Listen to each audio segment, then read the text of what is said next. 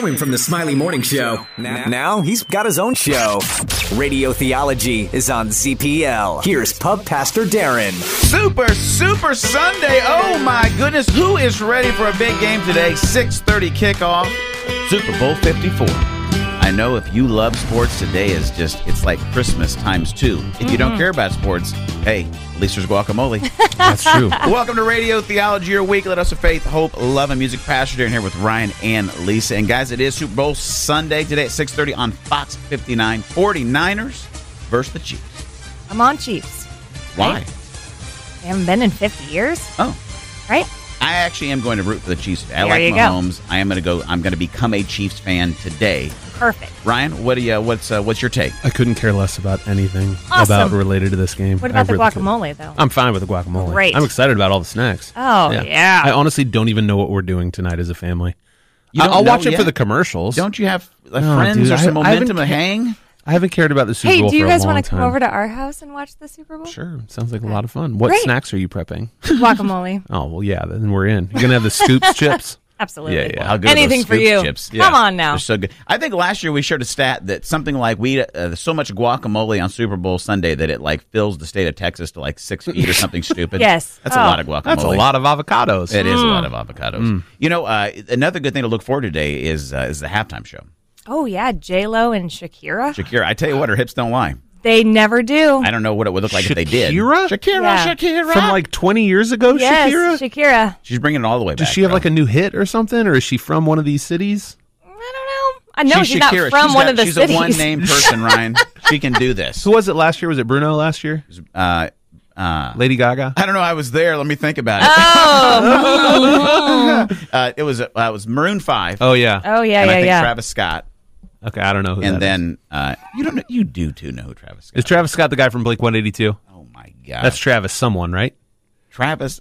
Who's there's Travis Scott? Travis Scott's a rapper. Okay. He's yeah. also, I believe, the baby mama to Kylie Jenner. The baby mama. Baby daddy.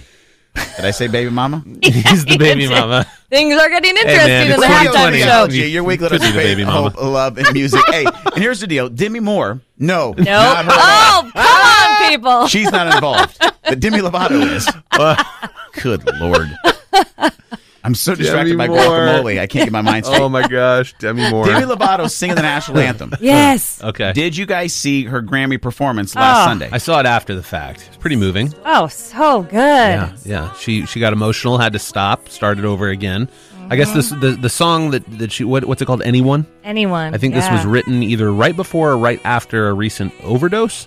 Yeah, this was her first performance in 2 years. Okay. Since the overdose, and I loved the performance. I felt like it was just a moment, like she's not a worship pastor or anything, or she's Demi Lovato, right? Yeah. But I just felt like it was like an honest, like calling out to God, like almost like worshipful moment. And I felt like you could tell in the room, like the atmosphere changed a little bit. Yeah. Yeah, she's kind of had a rebirth of sorts. I mean, she went over, didn't she? She went over to Israel and got baptized Got in the Jordan baptized. River. Yeah, we and talked about that. kind of on this new spiritual journey. So it's pretty cool. Good for her. Yeah, I love it. The cool thing about for her is the song went #1 this week. Yeah. The 7th #1 of her career. Good for her. Wow. Congratulations, Demi. She can sing live, man. She can sing her face Yes. off live. Here's what I love about it is if you haven't checked out the song, go check it out. It's called Anyone. It's #1 right now in the country. Is maybe you're right where she's at, and you're wondering, is anyone listening? I want you to know that we're listening. We'd love to hear from you this morning on RadioTheology.com. But even more important than that, God is listening and wants to be at work in your life. Because like we say every week here on Radio Theology, He is actually for you, not against you, and He's near you, not far away from you. Welcome back to Radio Theology, your weekly dose of faith, hope, love, and music. Pastor Darren here with Ryan and Lisa. And guys, it's been a tough week nationally.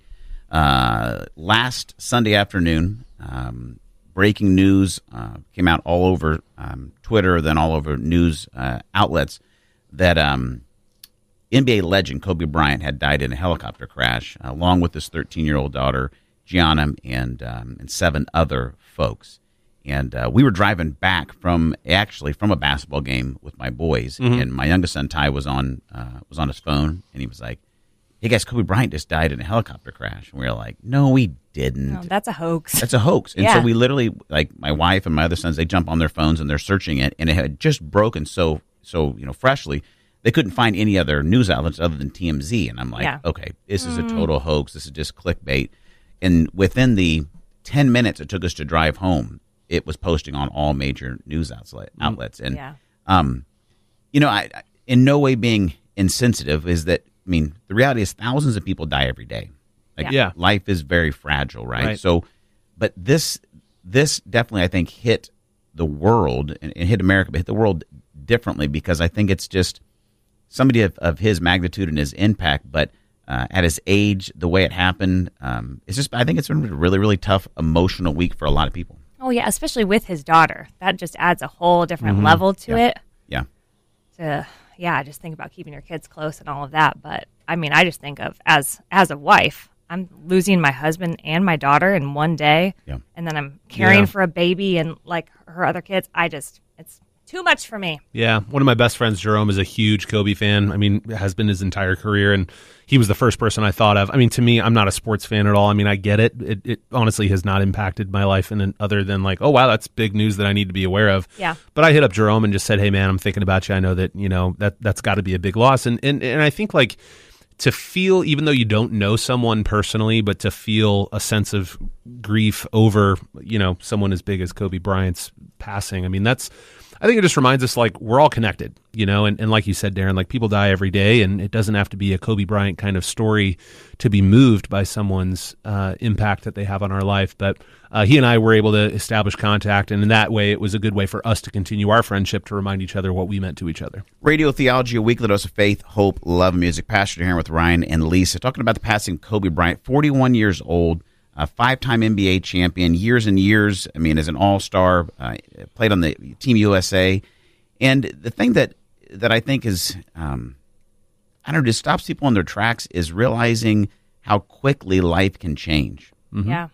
And you don't have to be an NBA superstar, to get your mind around that, man, we have plans, like I'm sure, and Kobe was doing a lot of great work in his community. I mean, he was coaching this team, he was working for a lot of women's rights issues in sports in a lot of different areas. He was leveraging so much of his impact going forward, which I think is great. And I think that's another part of the tragedy is knowing how much he still had to accomplish in his life.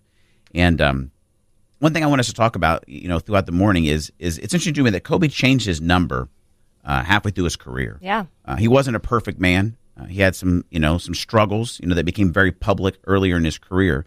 And the fact that some of that has been mentioned this week, but I think the overarching part and the thing that has inspired me about Kobe is that his drive to be the best, it didn't just encompass the game of basketball. It was all of his life. And he changed his number, and he's the only NBA star to ever have 2 numbers actually retired, and they hang in the Staples Center now.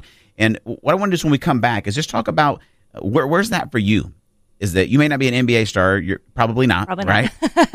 But to encourage you to say, if you've had some upsides in your life, you have some down parts in your life, it's not too late to change your number. It's not too late to see that the best of your life could still be ahead of you. Let's talk about it next here on Radio Theology. It's never too late to change your number. Welcome back to Radio Theology, a weekly dose of faith, hope, love, and music. Pastor Darren here with Ryan and Lisa.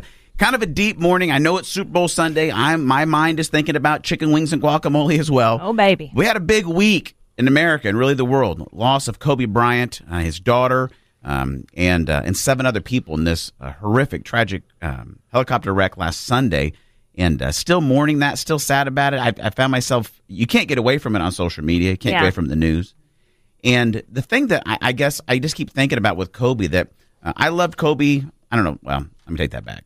I was more of a Jordan guy growing up. Yeah. Same. So I never loved Kobe as a player. Sure. But here's what I always loved about Kobe is that, that whole Mamba mentality they talk about, his nickname, the Black Mamba, is that he was driven like Jordan was driven.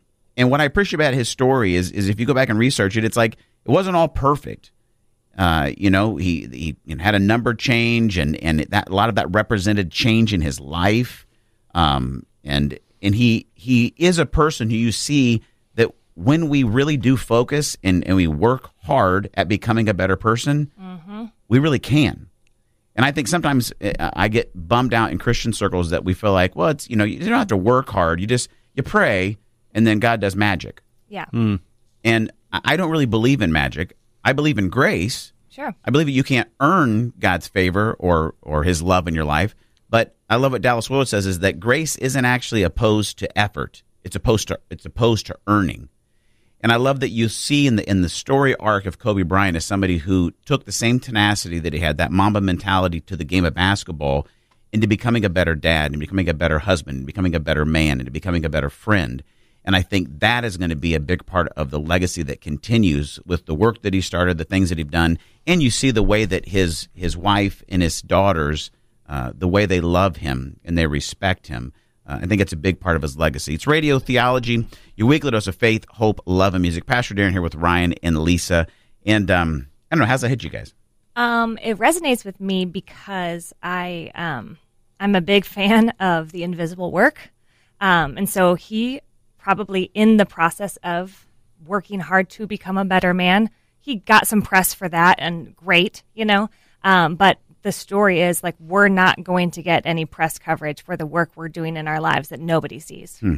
And so, but that's fine. Like, I don't want press coverage and all the garbage I'm walking through, And so, I would just encourage you that if you're doing this invisible work, keep going, because it does matter. Yeah. It matters in the relationships of the closest people to you. Yeah. Which is really where your life is. We say it all the time here in Radio Theology. Life is relationships, and everything else is just the details. And it is that character work. It is that invisible work that is going to show fruit, and the people that know you and love you most are going to love you and respect you the most. Right. And that's an extremely powerful thing. So our hearts, our prayers, our thoughts, we don't say it lightly, do go out to not just Kobe's family, but there was tons of others' families impacted. Yeah. And we're not grieving as hard because we didn't idolize them as basketball players or whatever, but they're hurting. And so our thoughts and our prayers do go out to them. And if you're hurting this morning and you need somebody to pray for you, we'd love to. Reach out to us this morning at radiotheology.com.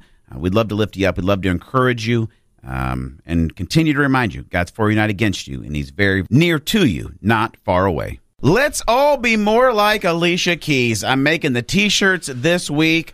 I thought she did a phenomenal job hosting the Grammys last Sunday on a really tough day emotionally for America. It's Radio Theology, your weekly dose of faith, hope, love, and music. Pastor Darren here with Ryan and Lisa. And guys, we've been talking about this morning, Kobe Bryant's death last Sunday.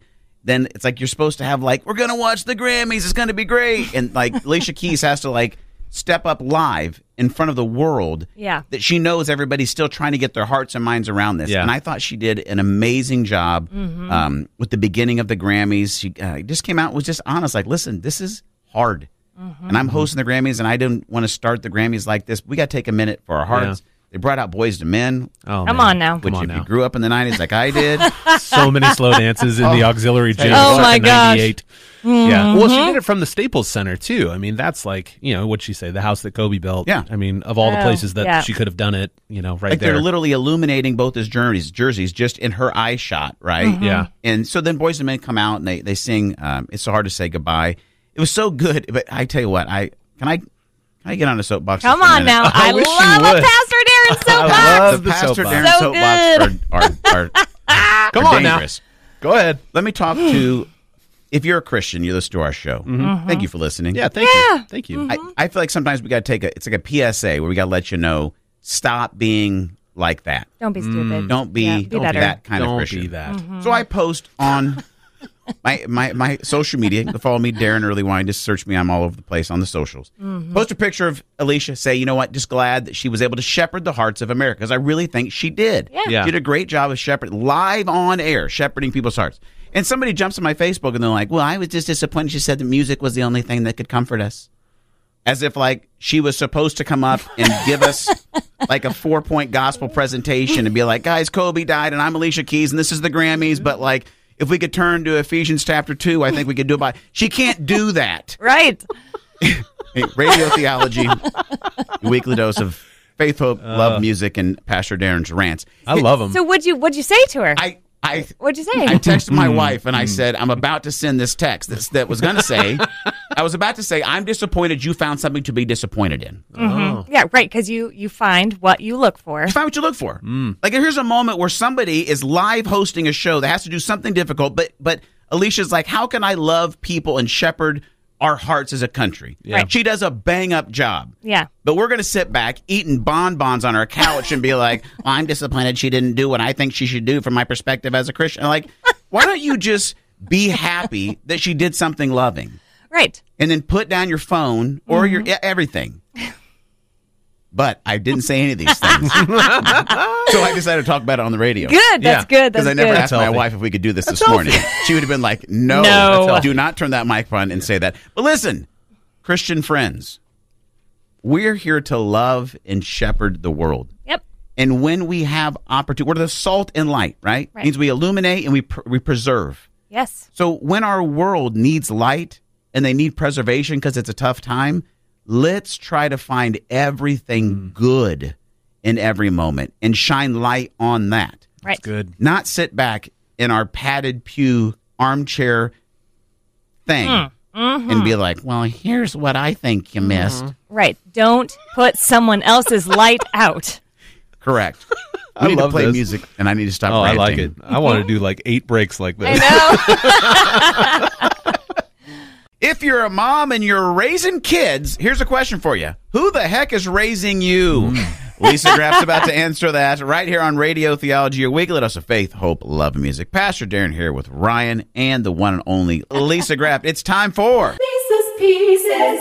All right. So this all started when Darren, I was telling you about how my daughter has a wide range of emotions. Sure. Right? And you said, oh my gosh, I can't imagine raising a daughter. Like, you never know what you're going to get. Yeah, well, I have 3 boys. 3 boys. As you express some of the stories that come from the feminine Woo! sex. Yes. I'm what's the word I want to use? Relieved? Oh, well, I wouldn't. I just. It's very intriguing to me the gamut and breadth of emotions Those are some vocab words there. that you deal with on a weekly basis. Yeah. Oh, yeah. So yeah, I did say that. Yes. And so then I said, well, you think that's tough? Try raising yourself as a mother, right? Because who else runs the gamut of emotions? Who else is trying to stay in the lane of self-discipline and teach?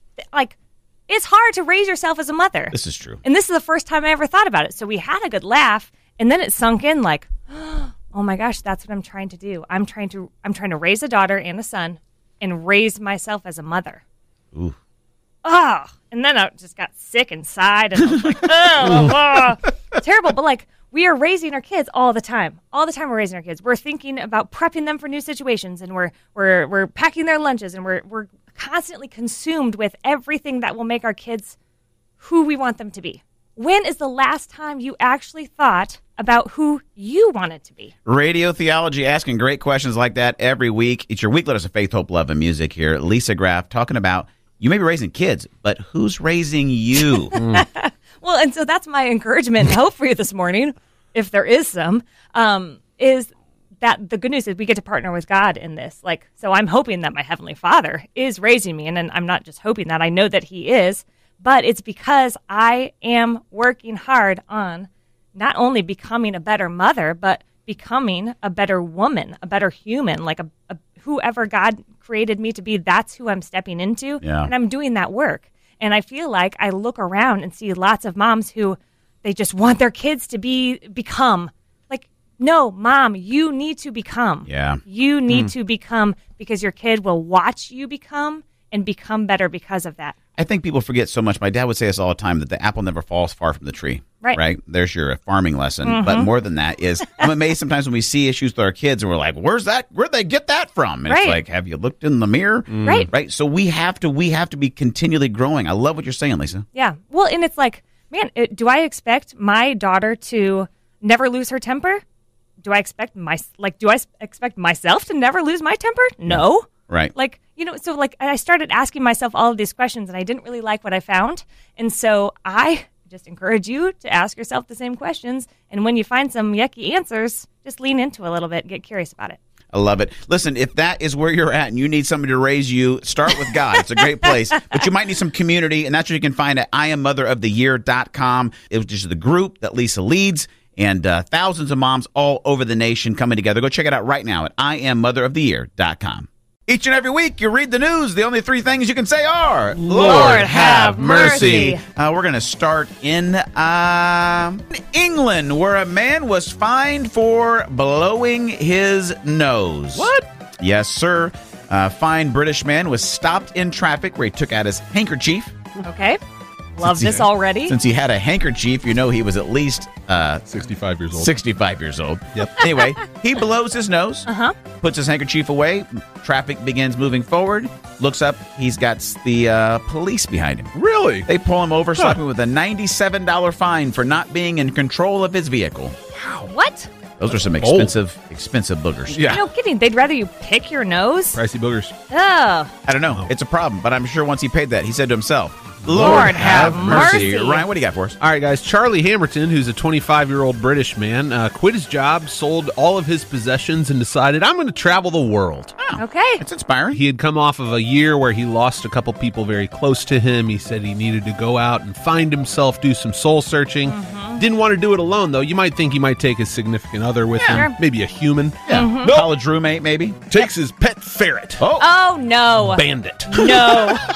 Bandit is a rescue ferret, and they went to 11 different countries together over 8 months. Oh, my gosh. The article was very quick to say that Charlie is single. Oh, really? Yeah, he does not have a girlfriend. But, I'm shocked. took pictures in front of the Eiffel Tower, No. Rome, Athens with this ferret that's just on a leash. I wonder what kind of deep conversations they had traveling 11 gosh. countries together. Yeah, I wonder if he found himself Probably. while talking to a ferret. There's a great picture of him in like Pompeii, and just the ferret's on his shoulder, just doing nothing because it's a ferret. It's a ferret. Okay, And- say it. Just Wow. say it. Let's Lord, just say have Lord mercy. have mercy. Lord have mercy. Lisa, what do you got? Okay, we're going all the way to Fishers, Indiana for this one, Hey, guys. all right, Fight Lo- Town. lo- Yes. story. Come on now. Local story where an unsuspecting mother who was putting her child to bed. Uh-huh. I'm just going to jump ahead to the story and let you know this is me. Oh. I found myself in a Lord have mercy situation. Oh boy, this is going to be good. And so I'm putting Josie to bed. She's 5, so I'm laying in her bed, and we're face to face talking. And then she's rifling around under the covers, and she's like, "Look, Mom, a bead and a button." And the bead, like in slow motion, popped out of her hand and dropped into my ear, and did like the swirly toilet flush thing that your ear does, you Yeah. know. And I'm like, "The bead's in my ear." And she goes, "Mom, the bead's in your ear." I'm like, "The bead's in my ear." She's like, "The bead's in your ear." And I'm like, "Is it in my ear?" She's like, "It's in your ear." And so we said that about 40 times because I'm like, oh my, and then I start panicking. Yeah. Did you Sweat. shake your head to get shake it out of your head? I did the shaking. I tried to I tried everything. Wow. And it was stuck in your ear. Stuck in my ear all night. And so my ear is on fire. It's bright red. Your I'm ear sure. knows something is wrong. My ear is like, hey, yes. And so I'm like, first thing in the morning, I make a doctor's appointment. So I've got a 10 a.m. ear bead extraction. And so I get in there and they find nothing. There's no bead in my ear. Where's the bead? I found the bead in my bed when I got home. the It bead came fell out when I out. was sleeping and I didn't realize it because it was like my ear swelled up to protect itself. Wow. And so it still felt like there was a bead in my ear. But I will say, Lord have mercy for myself on several occasions when the doctor, the nurse, and the entire medical staff laughed me out of the building. Oh, that's sad. I would say that we have compassion and feel bad for you, but that you would don't. be a lie. But we will extend to you and your ear in that bead a heartfelt Lord have mercy. If you're thinking about starting a diet, I would suggest tomorrow. Because it's Super Bowl Sunday. right. You're probably going to eat some food. It's Radio Theology, your weekly dose of faith, hope, love, and music. Pastor Darren here with Ryan and Lisa. And Lisa, we're going to eat a lot of food today. I saw this, and Ryan, I think you'll enjoy this. We're going to eat 1.4 billion chicken wings today. Oh, Just you and me. Yeah. It's on. Get ready, buddy. Challenge accepted. Let's do this. That's billion with a B. It is. That's a lot of chicken Oh, wings. boy. And we're going to eat 27 million more than we did last year. why? Are we that much fatter? Because we're Americans. That's right. That's what right. we do. We Growth. prove our freedom by That's right. obesity and overeating. Shout out to the 700 million chickens who gave their lives so we could just Thank get you, obese. chicken. You know, Thank shout out you, to your chicken. quick They're the math, real Ryan. heroes. Yeah, you're welcome They there. really are. Lisa, you were sharing a story about you got an idea diet. You're gonna go after it. Yeah. And then you encountered some cookie dough and a bottle of wine. Oh boy. You know how it happens. Sometimes they just happen upon your home. Whoopsies. But I've been dairy-free, grain-free in the new year because it just makes me feel so good. Good for you. And but then Monday night, I have Monday night girls, and so they come over on Monday nights. We drink red wine. We watch The Bachelor. Like, it's a thing. Wow. So they come over. We're watching The Bachelor, and then I'm like, all I need in my life right now is some cookie dough. Like, I need chocolate chip cookie dough, and I need it now. Yeah, like, makes sense. Get diet in be my gone. Literally doesn't matter. I need this now. And so my husband was out and about running errands, and I was like, honey, can you pick up some cookie dough? So he did. So he brought home this cookie dough. We just took spoons and got after it, right? Wow. But- Just straight up raw cookie dough? Yes. Wow. Why would you not do that? I'm Baking them is a waste of time. Okay. And so then a couple days later, here I am in the fridge going, I'm so hungry. What can I eat? When? Broccoli florets. You know what? I had to move several broccoli florets to get to the cookie dough and the hidden wine that was in the fridge. And I was like, it was middle of the day. And I was like, you know what? The fastest way to get these out of my house is to eat them myself. Wow. Wait, eat them? Wow. You could have thrown them away. No, heresy, my friend. Is that the right word? Radio Theology, your weekly dose of faith, hope, love, and gluttony. No, you're on a diet. You're know. grain-free and dairy-free, all the free, but you're Right. not a full sleeve of of cookie dough Big free? old tube. I'm not even not proud of it. Like, I'm kind of like, way to go. You did this. And guess what's not in my house anymore? Cookie dough. Yeah, well, it might be on your hips. Yeah. Shakiro's performing this afternoon or tonight, but no, I'm just saying. Darren, you're flying solo on this one, buddy. Yep. Put the rattlesnake Put the down, my rattlesnake friend. The rattlesnake I'm down. just kidding. You're fit. You're great. But you blah, could, blah, blah. The fastest way to progress is not always. Sometimes it's right through the problem. Right through the problem. Right through it. Yep. Except when you're going right through a bottle of wine and cookie dough. Yeah. Well, maybe I'll learn the lesson next time. What would the lesson be if there were one? The lesson, I think, if I had to dig deep and find a spiritual segue for this, would be that. Good luck. If you hey, listen to this. If you aren't seeing growth or on your way to your goal, if you're not achieving it, you might want to check your diet. That's a spiritual diet. That's an emotional diet, a friend's diet, and all. Yep. Or a cookie dough and wine diet. As my best friend Jesus would say, Yes, you reap what you sow. that's right. That's scripture right there. That is scripture. That's the biblical truth. It's also true when it concerns whole tubes of cookie dough. Hey, let that take you today as you're watching the game with some friends. Yeah, because tomorrow when you've got leftovers, plow through them, baby. Get them out of your house. God has created you on purpose and for a purpose. But if your purpose today is to have a super party with the Super Bowl with some super snacks, you better know what to serve. Amen. Radio Theology, your weekly dose of faith, hope, love, and music. Pastor Darren here with Ryan and Lisa. And guys, I have an issue with our state of Indiana. Why? Well, some study came out today, this week, talking about the best Super Bowl snacks. Okay. Favorite ones for each state. Oh, gotcha. Guess what we got? Oh, who knows? Cocktail weenies. That's lame. That's lame. They didn't interview the right people. Cocktail. Not only do we have it, there are multiple states who say their favorite Super Bowl snack, cocktail weenies. I disagree. Do ya?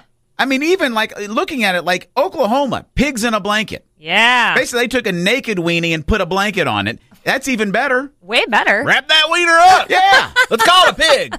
See, it's even got a cooler name. Pig in a blanket. Who says cocktail weenies are you go to somebody's party, it's like, oh, who's going to sing the national anthem? Oh, Demi Lovato, sweet. What do you guys got for snacks? Cocktail weenies. Nobody's like, woo! Yeah. This is the place to be. Yeah, get Buffalo me in chicken there. dip. Now, here we go. I can Yes. get down with that. Beef sliders. Oh, Not bad. yeah. Way to go, Idaho. No, wait. Not Idaho.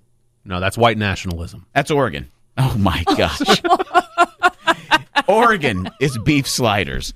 How about this? Texas, 7-layer dip. Oh, yeah. I can get down with that. all day. You're speaking my love language, Texas. Uh-huh. Let's see who else. What do we else got? We got Florida representing with, once again, buffalo chicken dip. Sure.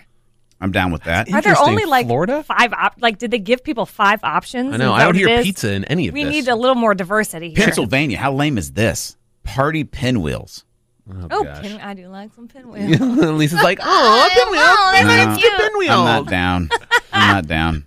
Oh, Michigan. No, Wisconsin. Cocktail weenies. Come on. I don't get this. North Dakota. Cocktail weenies.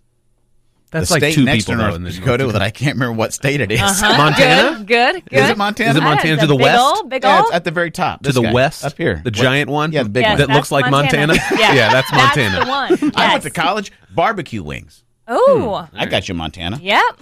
What's the state next to Montana? Way up there in the top. Washington. Yeah, Well, Yeah. you have to go to Idaho first and then to yeah. Washington. Yeah. Idaho 7-layer dip. Then the what's the other one way up there? Washington's the Yeah, top. Washington, that one. Northwest. Yeah. Lobster dip. That makes sense because they're Yeah, on the coast. They're on the sea, coast. Sure. I'll give it to you. Yeah. Sure. But Radio Theology, your Go ahead. weekly dose of Yep. faith, hope, Yep. love, and super snacks. What is what is Kentucky like? Kentucky, beef sliders. Oh, I'll give it to you, Kentucky. I'd like to trade with Kentucky if we could. Me too. Yes. I'd like to have a vote. Can we all raise hands across Indiana and be like, we want to change this? Yeah. right. I'm What would saying you change it to? Buffalo chicken dip. Okay. What's Illinois? It Illinois? sounds like cocktail weenies is like a Midwest thing. No, they got 7-layer dip, same as Texas. That's a good decision. Yeah. Yeah. Cocktail weenies aren't even trying. You're getting a crock pot, you're putting some little weenies in there, and then pretty what, lazy. some kind of sauce? It's pretty lazy. Yeah. There's not, like I said, a pig in a blanket at least has a blanket. Well, you have to put the pig in the blanket, though. So I just 3 cheers for the laziness of Indiana. That just wants to dump little Smokies in and dump a little sauce on and plug something in. Lil Smokies. Little Smoky, that's what they're called on the package. She's right. Lisa's right. Listen, Thank you. If you're preparing a snack for today and you are going with cocktail weenies, Yeah. feel confident that you have chosen this state's favorite super snack. Yes, feel convicted that you may be treading into dangerous laziness territory, though. Yeah. Your party guests are going to judge you. Yeah, I just Darren want to is come with harshly. I just want to come with the do better. All right, Do better. Be best. Be best, guys. God still loves you, Yeah. but I'm going to judge you for your Yep. cocktail weenies, Stepping up a notch. guys. We're gonna start this segment off in a solemn note. Stop Lisa, laughing. stop laughing. Stop laughing, Lisa. I'm solemn. On this, the February 2nd of 2020, the day of superness. Yep. Where at 6:30 we will convene with many friends and family. Yes. Today we just want to take a moment and pay tribute to the over 700 million chickens that have sacrificed their wings for our eating ability. I also want to take a minute and apologize to all of you vegans that just got really triggered. This is Radio Theology, a weekly dose of faith, hope, love, and Love music. Offending people one show at a time. Whether it's Jesus and or vegan jokes. Oh, man. Ron, I got that's a real stat from the National Chicken Council, their annual chicken wing report. That's somebody's job. I love that there's a National Chicken Council. Yeah, what do you think Yeah. that looks like, Ryan? To me, that's like a boardroom of just chickens and businesses. I don't even think that's humans. That's just a room full of chickens just... Bok, bok, bok, bok, bok. Bok, bok. All in favor? Bok, bok. It's just a room full of 1.4 chickens. billion wings today. A lot Wow. of wings. Lots. of Where do wings. all these chickens come from? Right. Where do they? Yeah. Where do we keep them? America, baby. Mass produce those chickens, man. How many of Yes. the chickens are hens versus roosters? Because you'd want to keep the roosters around, because without the rooster, Yeah. you can't make a baby chicken. Yeah. Contrary to what culture would want to tell you these days. Oh boy, we're just, just talking all about all the over it. things. Yee! For me. Lord. It's time for us to go straight to sports balls with Ryan. Oh, gosh, here we go. Sports balls, sports balls, sports balls, sports balls. If you're going to the match, here's what you need to know about sports balls. All right, Ryan, today in the big super game happening today at 6:30 on Fox is the kickoff. Demi Lovato singing the national anthem. Yeah. I'm going to give you a couple prop bets here All right. and see if you can what you're going to go with. Prop bets are now legal in Indiana Yes, they are. as of a couple weeks ago. right? Today will be the largest gambling day in America. Oh, man. You want to take the over or under on 2 minutes here for Demi Lovato, Ryan? She's going to go over 2 minutes. Over 2 minutes. Yeah. Strong decision. What about this? The over or under on Jennifer Lopez halftime wardrobe changes. Above or below 2.5? I'm going to say she's probably going to have more. I'm going to go over again. I'm going to go with at least 3. I would go with the over as well. How about this A one? malfunction is fine if it I happens. was gonna but just- say over or Does that under on a count? malfunction, a wardrobe malfunction. We're not going to talk about wardrobe malfunctions. We have offended too many people in this segment already. Oh, wow, there's that. Hashtag Jan Jackson. Oh, boy. How about this one? Last one. Yeah. The jersey number for the first player to score a touchdown in this super game. The jersey number? You give him the Is there- guidelines. is so there that like a everybody It's can between score. 11 and 20. There you go. I'm going to say it's going to be above that. I think more like it's probably going to be a receiver. It's going to be a pass play. All right. And I think it's going to be someone in the 80s. So I'm going to go, I'm not going to take that bet. Okay, well, no, you just got to say a number. You got to go with it. You're going to lock in with number 80, 88. 88. Wow. Marvin Harrison. Great. He's not playing today. Your game pick for the game round, we got 49ers versus the Chiefs. Who's winning the game today? Is it bad that I go back to like what they were ranked when I was playing it in Madden 94? No, No. go for it. I'm going to go 49ers with Joe Montana. Joe man. Montana, baby. Stone cold lock from Ryan Allward. Sports balls with Ryan. You heard it here first. Singer-songwriter Ryan Allward predicts 49ers win the big game match. The contest. Stick with us. It's Radio Theology, a weekly dose of faith, hope, love, and music. It's the thought of the day with Pastor Darren. This past week has been a tough one. Last Sunday, it seemed like the world stopped for a few hours as we all tried to wrap our minds around the fact that Kobe Bryant and 8 other people, including his 13-year-old daughter Gigi, were dead. At 41 years of age, one of the greatest basketball players, one of the greatest competitors and culture shapers was gone in an instant. And this week has been full of tributes, sympathy wishes and prayers and tears from people of every sphere of society. And I think it's moments like this that actually bring us face to face with the fragile nature of life. And this week, as I saw the tributes and said my own prayers for his family and for the other families involved, I was reflecting and I was brought back to the truth that Kobe Bryant's life wasn't perfect. He wasn't a perfect person, but you know what? Neither are we. But what I love about Kobe is that he didn't get permanently stuck in his imperfections. In fact, it was his drive to be the best, not just on the court, but even off of it, that began to change his life.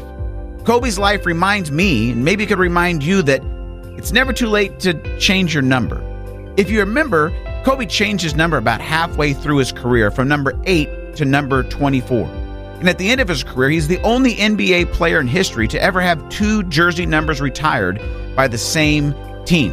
If you go to the Staples Centers right now, hanging up in the rafters are his jerseys, number 8 and number 24. Kobe started his career wearing number 8, and that number represented to him the drive and the determination to leave his mark on the league. But after he was humbled and actually even humiliated by life, Kobe changed his number and he changed his life.